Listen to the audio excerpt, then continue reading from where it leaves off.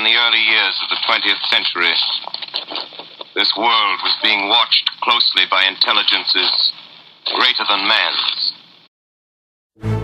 In a galaxy not so far away, 4 Penn State students decided to investigate the eternal mystery that is extraterrestrial life and the debate that surrounds it. Their journey took them as far back as the ancient world, and from there, propelled them into the stars. This is their story. In the beginning, religion was the basis for most arguments about alien life. Then, with the introduction of scientific astronomy, there came the belief that this other life, should it exist, was intelligent and not so unlike life on Earth. Finally, in the modern age, there emerged a new belief that otherworldly life may not be the little green men portrayed in media, but instead microbial life. Today, these 3 main opposing beliefs dominate the controversy. The idea of extraterrestrial life first began with ancient Greek philosophers. Their debate, and many of the debates that followed, focused on opposing religious ideas. These ideas remained at the forefront of most arguments until the end of the Middle Ages. Up until this point, the idea of other worlds brought about images of another Earth very much like this one. However, around the time of the telescope, people began to wonder if aliens might be living on other objects in our solar system, such as the Moon. Enter Copernicus, developer of the heliocentric model, and Galileo, father of modern astronomy. Now we arrive at the Enlightenment. Here, the scientific astronomers started to take a stand. It was during this time period that astronomy began to tear a divide between science and Christianity.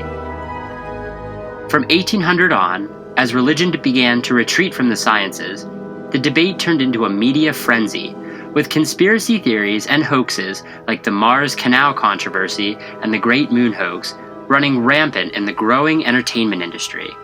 By the 1900s, the general population had begun to join the debate over extraterrestrial life.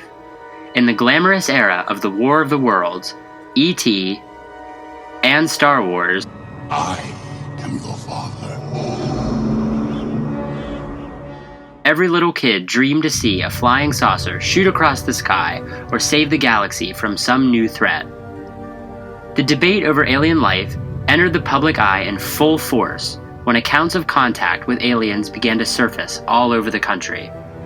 In 1947, William Brazel, a rancher from Roswell, New Mexico, heard a loud explosion on his property during a thunderstorm. When he went to investigate, he found the wreckage of a mysterious metallic material. After alerting authorities, the military swarmed in, collected the wreckage, blocked off the area, and said it was nothing more than a weather balloon. Their hush-hush attitude provoked conspiracy theories across the world. In 1997, the U.S. military came out and made a statement. The conclusion of the first report left no doubt that what was recovered near Roswell, New Mexico in July 1947 was debris from a formerly top-secret Army Air Forces research project, codenamed Mogul. However, the public remains skeptical to this day. Today, the search for extraterrestrial life has been propelled into the modern age. The official Search for Extraterrestrial Intelligence, or SETI, was founded, the Arecibo message was sent, and the Pioneer plaque was launched beyond the solar system. The quest goes on, and yet the controversy remains. For centuries, the debate has raised questions about many inherently religious ideas, the struggle between good and evil, life after death, and the centrality of humans in a larger universe. Exotheology is the study of how the possible existence of extraterrestrial life might affect theological teachings.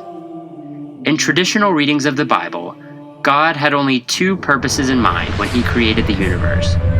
One, that it would play a major role in lighting the earth, timekeeping, and navigation, and 2, that it would bring great glory to its creator. These traditionalists argue that it is for the sins of humans that God plans to destroy the universe in the rapture.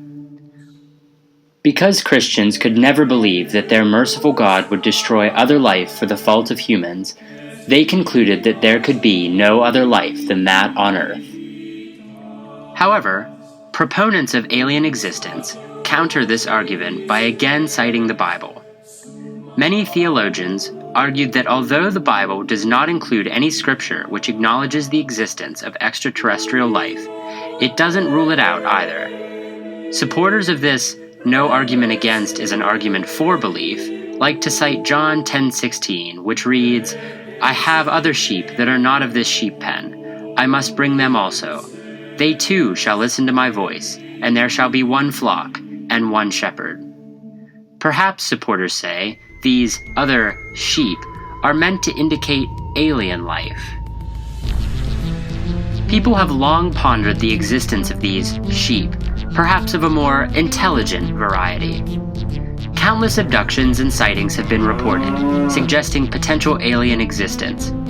Many websites, such as UFO Daily, regularly post accounts of alien abductions, further fueling the passion and excitement that often accompany the hunt for extraterrestrials. Although no widely accepted evidence has ever been found or confirmed, believers remain steadfast.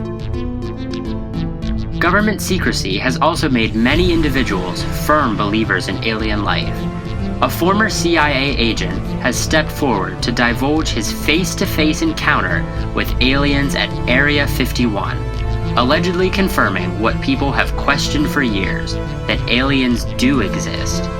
What did this gray alien look like? Could you describe him a little bit? This one looked a little bit oriental.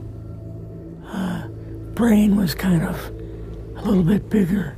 Today, many believe that we are closer to finding alien life than ever before.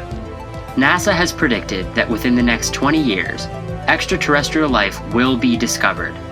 This is reassuring news for the believers who have eaten up popular films and TV shows, such as the History Channel's Ancient Aliens. These programs have defined the stereotypical image we've adopted for how these creatures might look.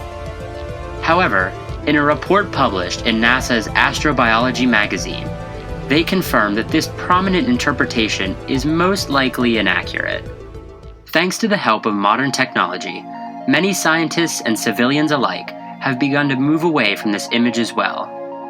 They agree that our neighbors in the solar system probably take the form of microbial, unintelligent life, similar to single-celled organisms on Earth.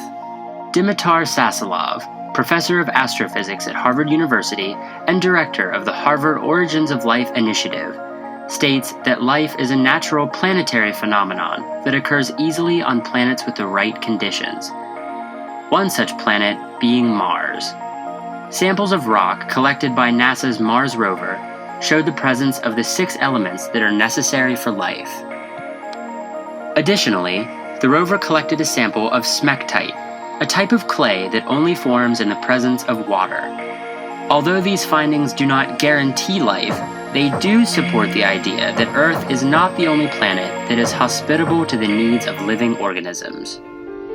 While the beliefs of great philosophers and brilliant scientists seem to shape the debate, there are diverse opinions held by the very people you pass on the street or sit next to on the bus. I do not think that there is intelligent extraterrestrial life. Extraterrestrials are long and gone because we are the extraterrestrials. It's statistically unlikely that we're the only forms of life in the universe. We don't know if God has other life in other places. Until we actually find proof of extraterrestrial life, this debate will continue.